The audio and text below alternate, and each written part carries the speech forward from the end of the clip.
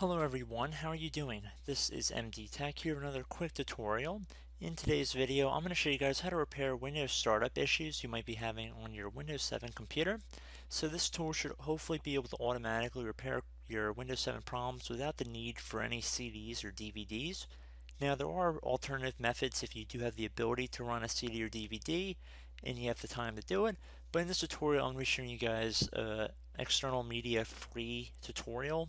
So hopefully this should be able to resolve your problems without the need to go out and download anything.